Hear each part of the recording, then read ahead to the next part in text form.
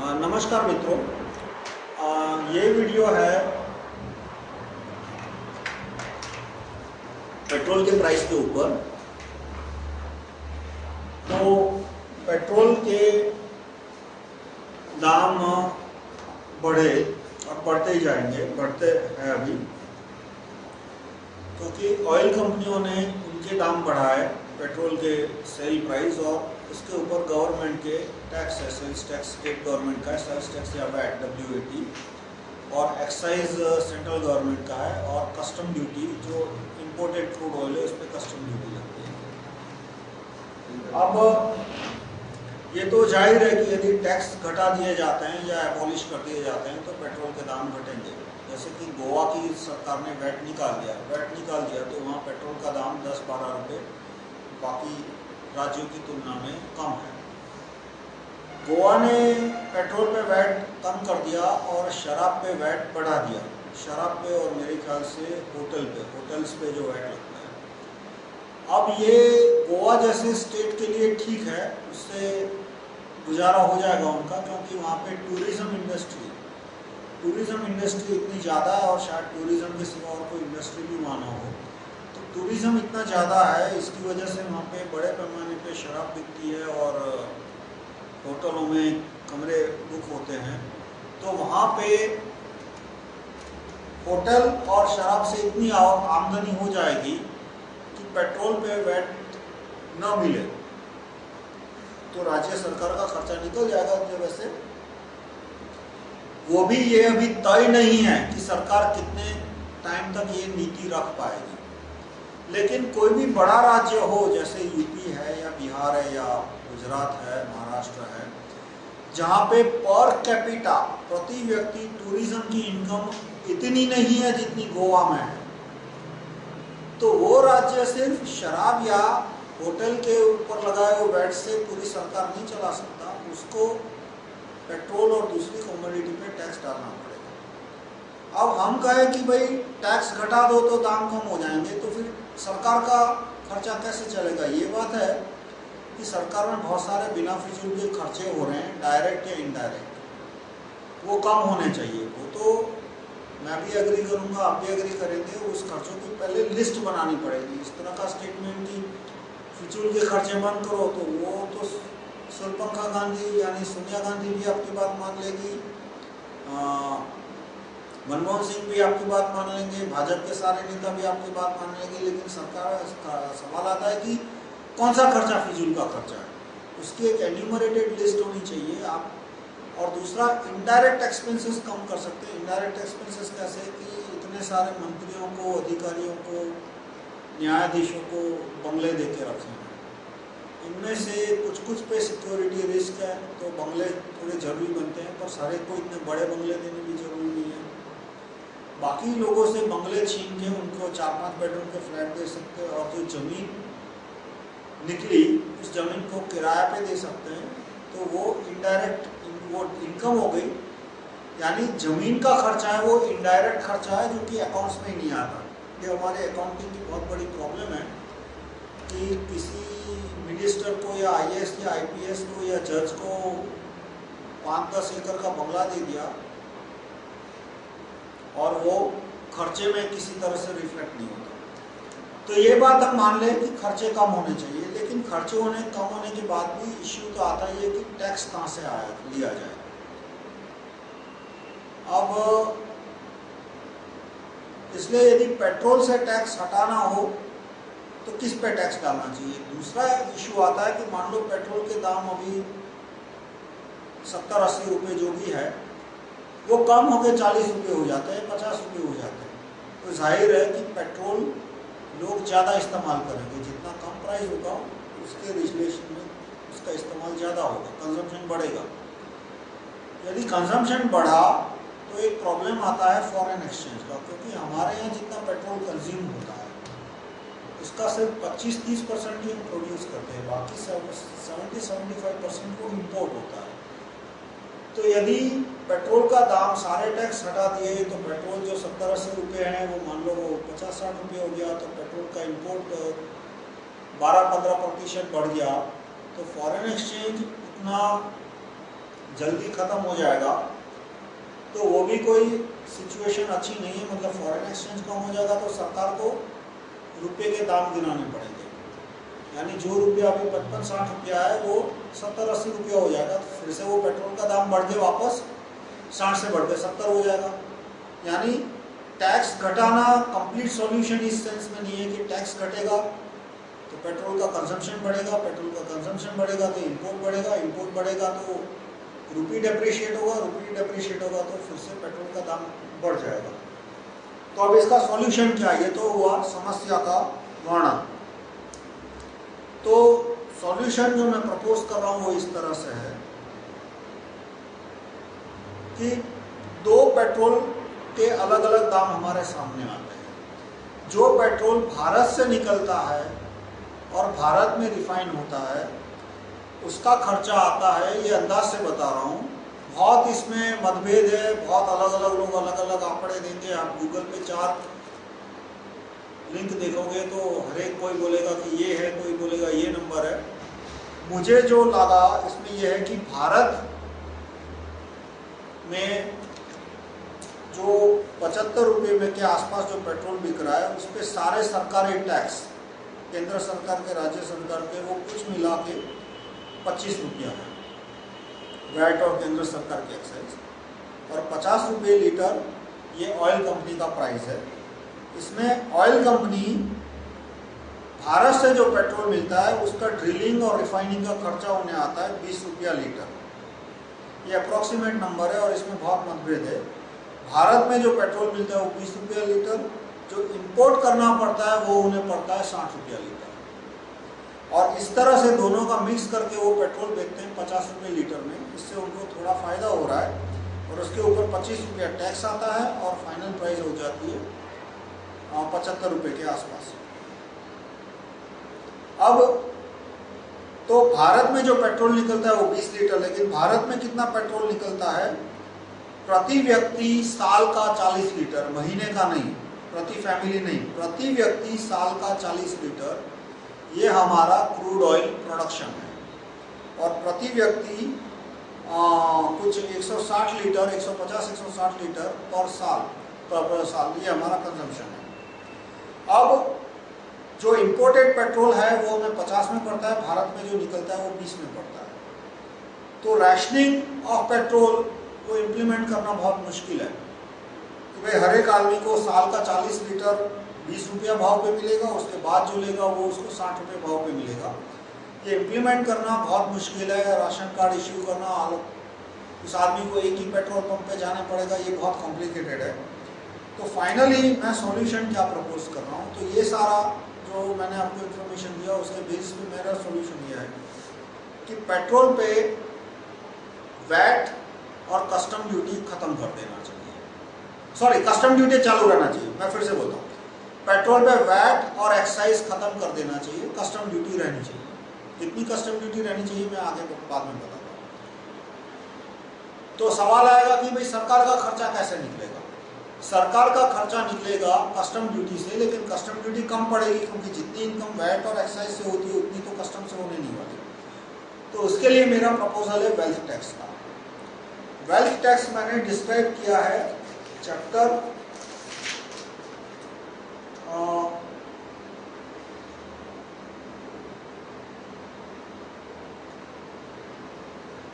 25 में।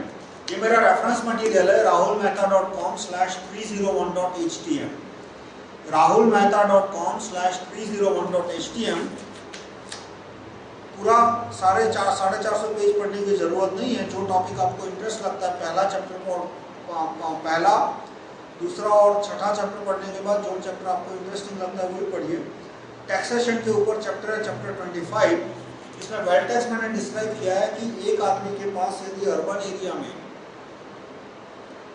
250 square feet से ज़्यादा जमीन है पर पर्सन, यानी 5 लोगों का फैमिली हुआ तो हो गया 1500 स्क्वायर फीट। हस्बैंड वाइफ 2 लड़के, सीनियर सिटीजन का कोटा डबल है 500 स्क्वायर फीट। तो पर फैमिली 1500 स्क्वायर फीट कंस्ट्रक्शन और लैंड और 3000 स्क्वायर फीट जमीन तक कोई टैक्स नहीं होगा। उसके बाद टैक्स होगा मार्केट वैल्यू का 1%, यानी किसी आदमी के पास 50 फ्लैट है तो एक फ्लैट शायद निकल गया, एग्जेम्प्ट हो गया, 2 फ्लैट एग्जेम्प्ट हो गया, शायद 3 फ्लैट एग्जेम्प्ट हो गया, लेकिन बाकी जो उसके पास 45-37 फ्लैट है उसके ऊपर मार्केट वैल्यू का 1% उस पर टैक्स आएगा। तो वेल्थ टैक्स से इतना पैसा आ जाएगा कि किसी भी प्रकार के एक्साइज वैट की जरूरत नहीं पड़ेगी, और शायद इनकम टैक्स भी जितना है उसका आधा कर सकते हैं या आधा से भी कम कर सकते हैं। तो पेट्रोल के प्राइस के बारे में पहला जो सुझाव है कि एक्साइज वैट खत्म कर दिए जाए और जो पैसा सरकार को चाहिए वो वेल्थ टैक्स से। अब दूसरा जो सॉल्यूशन वो ये है कि पेट्रोल, मान लो मार्केट में ऑयल कंपनियां 60 रुपये पे बेचती है या 50 रुपये पे बेचती है मार्केट में, तो भारत में से जो पेट्रोल निकलता है वो 20 रुपये लीटर मिल रहा है। जो इम्पोर्टेड प्राइस पे मिलता है उसी प्राइस को मार्केट में बेचना चाहिए, यानी इम्पोर्टेड पेट्रोल यदि 50 में पड़ रहा है तो 50 में बेचो, इम्पोर्टेड पेट्रोल यदि 60 में पड़ रहा है तो 60 में बेचो, और जो पेट्रोल हिंदुस्तान से निकल रहा है वो 20 में पड़ रहा है। तो ये जो 40 रुपया जो प्रॉफिट हुआ वो नागरिकों में समान बांटा जाए। ये मेरा प्रपोजल है एमआरसीएम का, चैप्टर 5 में मैंने डिस्क्राइब किया है, MRCM, mineral royalty for citizens and military. तो 40 रुपया, यानी हिंदुस्तान में प्रोडक्शन है 40 लीटर, यानी 1600 रुपया प्रति व्यक्ति प्रति साल, प्रति महीना नहीं, प्लीज कंफ्यूजन न हो इस पे, पर मंथ नहीं, पर ईयर। और इसका 1/3 मिलिट्री में जाएगा, करीब करीब 1/3 मिलिट्री में जाएगा, यानी इसका 2/3 यानी करीब करीब 1100 रुपया पर सिटीजन पर मंथ, यानी पर सिटीजन पर ईयर 1100 रुपीज, यानी पर citizen per month approximately 100 rupees आएगा। तो ये पैसा सीधा सिटीजन को मिले। किस तरह से, वो पूरी प्रोसीजर मैंने चैप्टर 5 में डिस्क्राइब की है कि अकेले पेट्रोल के लिए तो ये सिस्टम शायद कॉस्ट इफेक्टिव ना हो, लेकिन पेट्रोल, कोयला, 2G स्पेक्ट्रम, 3G स्पेक्ट्रम, अभी 4G स्पेक्ट्रम आएगा, फिर सरकार की जितनी जमीन है, जैसे अहमदाबाद एयरपोर्ट की जमीन, अहमदाबाद गुजरात यूनिवर्सिटी की जमीन, IIM अहमदाबाद की जमीन, जवाहरलाल नेहरू यूनिवर्सिटी की जमीन, ये सारी जमीन से जो किराया आ रहा है वो किराया एक खाते में जमा हो और वहाँ से वो किराया सीधा सिटीजन के खाते में जमा हो। यानी हर एक सिटीजन का पोस्ट ऑफिस बैंक या तो स्टेट बैंक ऑफ इंडिया में खाता होगा जहाँ वो महीने में एक बार जाके पैसा ले सकता है। वो पूरा सिस्टम मैंने चैप्टर 5 में डिस्क्राइब किया। तो इस तरह से एमआरसीएम से फायदा क्या हुआ? पेट्रोल मान लो 60 रुपये में मिला या 70 रुपये में मिला या 50 रुपये में मिला, लेकिन पर ईयर हर एक सिटीजन को 1600 रुपये मिल रहे हैं, सॉरी 1100 रुपये मिल रहे हैं। यानी जिस आदमी का पेट्रोल का कंजम्पशन साल का 40 लीटर से कम है उसको पेट्रोल मिलेगा इफेक्टिवली 20-25 रुपये में। जिस आदमी का कंजम्पशन उससे कम है, 40 लीटर से कम है, तो उसको पेट्रोल मिलेगा 20-25 रुपये में, प्लस उसको पैसा मिलेगा। यानी इंडिया से जो पेट्रोल प्रोड्यूस हो रहा है उसका कॉस्ट है मान लो 20 रुपया, बाहर से पेट्रोल आ रहा है उसका कॉस्ट आ रहा है 60 रुपया, तो मार्केट में पेट्रोल बिकेगा 60 रुपये में, और जो 40 रुपया प्रॉफिट होगा वो सारे हिंदुस्तान के नागरिकों में बराबर बटेगा। तो जिसका पेट्रोल का कंजम्पशन 0 है उसको फायदा हुआ साल का 1100 रुपया, 1200 रुपया। जिसका पेट्रोल का कंजम्पशन एग्जैक्टली 40 रुपया लीटर, 40 लीटर है, उसको पेट्रोल पड़ा 20 रुपये में, ना कोई फायदा हुआ ना कोई नुकसान हुआ। और जिसका पेट्रोल का कंजम्पशन साल का 40 लीटर से ज़्यादा है उसको ज़्यादा पैसा देना पड़ेगा, मतलब इंटरनेशनल रेट उसको देना पड़ेगा। अब पेट्रोल के कंजम्पशन में हम अक्सर पेट्रोल के कंजम्पशन में अपने हम को आइडेंटिफाई करते हैं स्कूटर से या कार से या बस से। जो बस में जा रहा है वो स्कूटर वाले से कम पेट्रोल कंज्यूम कर रहा है, स्कूटर वाला उसके बाद आता है। जो ऑटो रिक्शा में जाता है वो स्कूटर वाले से ज़्यादा पेट्रोल कंज्यूम कर रहा है। जो कार चला रहा है वो ऑटो रिक्शा वाले से भी ज़्यादा पेट्रोल कंज्यूम कर रहा है, और उससे भी ज़्यादा पेट्रोल कंज्यूम कर रहा है जो प्लेन में जाता है, क्योंकि प्लेन में जो उसका पर कैपिटा फ्यूल कंजम्पशन ये जो प्लेन में जाने वाले हैं उसका सबसे ज़्यादा है। और इसी तरह से कंजम्पशन पैटर्न कि तुमने सब्जियां खाई तो उसमें भी थोड़ा इनडायरेक्टली पेट्रोल कंज्यूम हुआ, क्योंकि सब्जी पास के गांव से आ रही है। लेकिन आपने मान लो सेब खाया तो इसमें पेट्रोल कंजम्पशन किस तरह से इनडायरेक्ट पेट्रोल कंजम्पशन ज़्यादा हो, क्योंकि सेब है वो कश्मीर से आ रहा है, हिमाचल प्रदेश से आ रहा है। तो आप गुजरात में हो या केरल में हो, कहीं भी आप सब्जियां खा रहे हो तो वो किसी पास के इलाके से आ रही है। अधिकतर सब्जियां आसपास के इलाके से आती है, कुछ कुछ सब्जियां दूर के इलाके से आती है। तो इसी तरह से आपने गेहूं खाया तो भी इनडायरेक्टली थोड़ा पेट्रोल कंज्यूम किया, क्योंकि गेहूं को खेत से दुकान तक और घर तक लाने में थोड़ा पेट्रोल यूज होता है। तो जो इसमें जनरल रूल क्या होता है कि जो लग्जरी आइटम होता है वो आमतौर पे थोड़े दूर के प्रदेशों से आता है और उसमें पेट्रोल का कंपोनेंट ज़्यादा होता है। तो इसमें जो आदमी का लग्जरी कंजम्पशन ज़्यादा है उसका इनडायरेक्ट पेट्रोल कंजम्पशन ज़्यादा है और इस तरह से उसको ज़्यादा कीमत चुकानी पड़ेगी। अब सवाल आता है कस्टम ड्यूटी का। कस्टम ड्यूटी क्यों रखनी चाहिए और कैसे रखनी चाहिए? कस्टम ड्यूटी में मेरा प्रपोजल है कि पेट्रोल के ऊपर 50% कस्टम ड्यूटी होनी चाहिए और वो डॉलर में चुकानी पड़ेगी, यानी जो भी पेट्रोल इंपोर्ट कर रहा है। और प्राइवेट कंपनियों को पेट्रोल इंपोर्ट करने की छूट दे देनी चाहिए। सरकार भी इंपोर्ट करे लेकिन प्राइवेट कंपनियों को भी इंपोर्ट की छूट दे देनी चाहिए। और सरकार उन्हें पेट्रोल इंपोर्ट करने के लिए डॉलर नहीं देगी, उनको डॉलर अपनी जेब से अपनी मेहनत से एक्सपोर्ट करके कमाना पड़ेगा। और सरकार उनसे, वो लोग जो पेट्रोल लाएंगे उसका डॉलर सरकार नहीं देगी, उसकी इंपोर्ट ड्यूटी जो पर लीटर सरकार तय करेगी वो उन्हें डॉलर में चुकानी पड़ेगी। और वो पेट्रोल वो हिंदुस्तान में लाके उनको जो भी प्राइस ठीक लगती है उस प्राइस पे वो बेच सकते हैं। यानी इंपोर्टेड पेट्रोल को धीरे धीरे ओपन मार्केट में कन्वर्ट कर देना चाहिए, ताकि गवर्नमेंट की डॉलर लायबिलिटी, यानी भारत सरकार की ये जो जिम्मेदारी बन जाती है कि इतना डॉलर कहीं से भी लेके आओ, वो खत्म हो जाए। वो क्यों जरूरी है? क्योंकि इससे स्पष्ट हो जाएगा कि जो प्राइवेट कंपनी पेट्रोल के लिए डॉलर ला रही है उसको एक्सपोर्ट करेगी तभी वो लाएगी। आज क्या हो रहा है कि भारत सरकार पेट्रोल इंपोर्ट करने के लिए डॉलर ले रही है। अब मैं ये नहीं कहता कि जो आदमी ऑडी ला रहा है या BMW ला रहा है वो फिजूल खर्ची है, वो उसकी मर्जी हो, उसकी फिजूल खर्ची है या उसकी बेसिक नेसेसिटी है वो तय करे। लेकिन एक बात तो है कि जो ये बड़ी गाड़ियां हैं वो मारुति या स्कूटर या ऑटो रिक्शा से 2, 3, 4 गुना पेट्रोल कंज्यूम करती है पर किलोमीटर। पर किलोमीटर उनका पेट्रोल कंजम्पशन, उनका जो फ्यूल एवरेज है वो कम होता है। तो एक तो उस आदमी ने BMW खरीदा, तो BMW खरीदा तो भी उसके लिए सरकार को डॉलर लाके देने पड़ेंगे। BMW के पास अभी राइट है कि वो चाहे उतनी गाड़ियां भारत में बेच सकता है और जितनी गाड़ी उसने इंपोर्ट की सरकार को उतना डॉलर उसको चुकाना पड़ेगा। ओपन जनरल लाइसेंस बोलते हैं इसमें। और उसके लिए वो पेट्रोल डबल यूज करेगा, ट्रिपल यूज करेगा, तो पेट्रोल भी सरकार को, उसके डॉलर भी सरकार को लाके देने पड़ेंगे।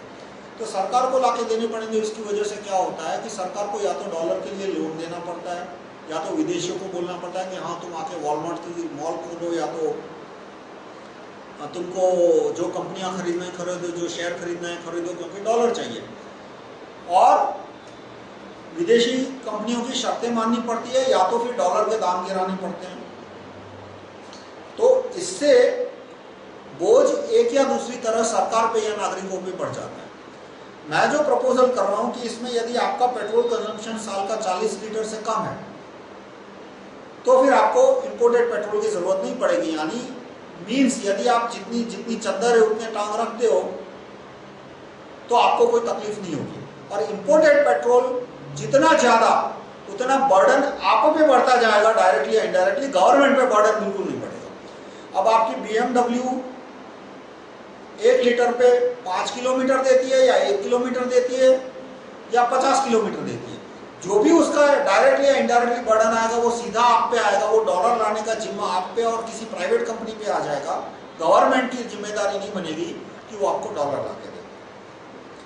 तो पेट्रोल के प्राइस में मैं समराइज करता हूं, ये कहना कि टैक्स हटा दो, ये बात ठीक नहीं है। पहले आप बताओ कि कौन कौन से खर्चे कम करने और टैक्स का वैकल्पिक सोर्स क्या है। क्योंकि टैक्स खत्म कर दो इसका मतलब ये हो गया कि सरकार बंद कर दो। सरकार जैसी भी है, हमें पुलिस, सेना, अदालत चलानी है, तो इस तरह की इर्रिस्पॉन्सिबल प्रपोजल से हम दूर रहें कि टैक्स खत्म कर दो।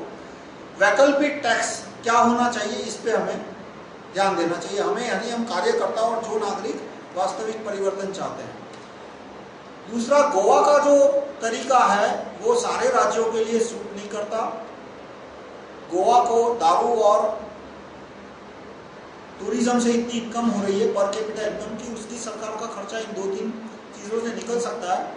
बाकी सरकारों का per capita tourism income, per capita liquor income इतना नहीं है कि वो सिर्फ दारू पे या होटल के वैट से पूरी अपनी राज्य सरकार का खर्चा निकाले, यानी उन्हें पेट्रोल पे वैट लेना, टैक्स लेना जरूरी है।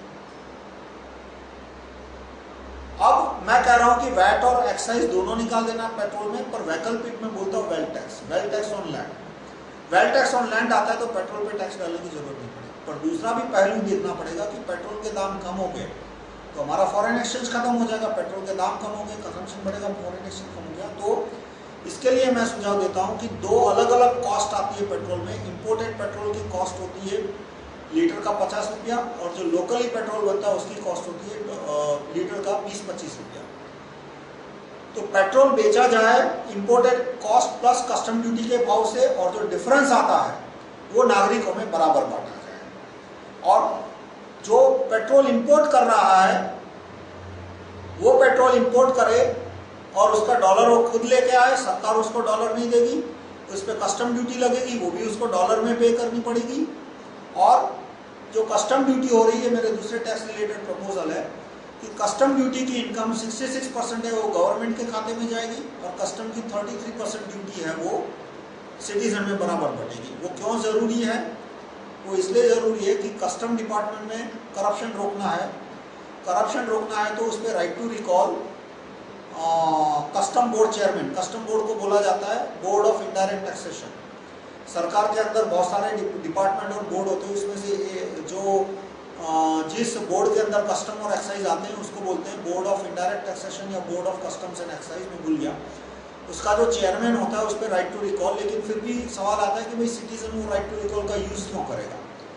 मान लो वो जो बोर्ड जो चेयरमैन है वो बड़े पैमाने पे स्मगलिंग अलाउ करता है, तो उसको तो पैसा मिल रहा है और सिटीजन बोलेगा कि मेरा क्या नुकसान जाता है तो मैं अपना इतना दिमाग खपाऊं। तो यदि 33% कस्टम रेवेन्यू सिटीजन के खाते में जाती है, तो यदि उसमें कस्टम बोर्ड के चेयरमैन ने बड़े पैमाने पे स्मगलिंग एनकरेज की तो सिटीजन की इनकम कम होगी, और इसलिए सिटीजन तुरंत चिल्लाएगा, उसको नौकरी से निकालने की कोशिश करेगा, नौकरी से निकाल देगा राइट टू रिकॉल आने के बाद, और इससे कस्टम ड्यूटी एनफोर्स होगी। तो कस्टम ड्यूटी एनफोर्स करने के लिए 2 चीजें जरूरी है, right to recall custom board chairman, और कि कस्टम से जो इनकम हो रही है उसका 33% हिस्सा नागरिकों में बराबर बढ़ना चाहिए। तो ये सारी चीजों से पेट्रोल की जो इकोनॉमी है उसमें एक सैनिटी आ जाएगी। और इन्फ्लेशन कैसे कम होगा कि जिन लोगों का पेट्रोल कंजम्पशन कम है उनको पेट्रोल के दाम बढ़ने से नुकसान नहीं होगा, क्योंकि उतना पैसा उनको एडिशनली मिल रहा है। जो मैंने बताया कि पेट्रोल बिकेगा 60 रुपये लीटर में, और जो 40 रुपया प्रॉफिट हुआ इंडियन पेट्रोल बेचने से, इंडिया में जो पेट्रोल बन रहा है और इंडिया के में जो पेट्रोल ड्रिलिंग हो रहा है, वो 40 रुपया सिटीजन्स में बराबर बढ़ जाएगा। तो इस तरह से हम पेट्रोल के दामों को कंट्रोल कर सकते हैं, यानी पेट्रोल के दाम बढ़ने से जो इन्फ्लेशन इफेक्ट आ रही है उसको नेगेट कर सकते हैं। धन्यवाद।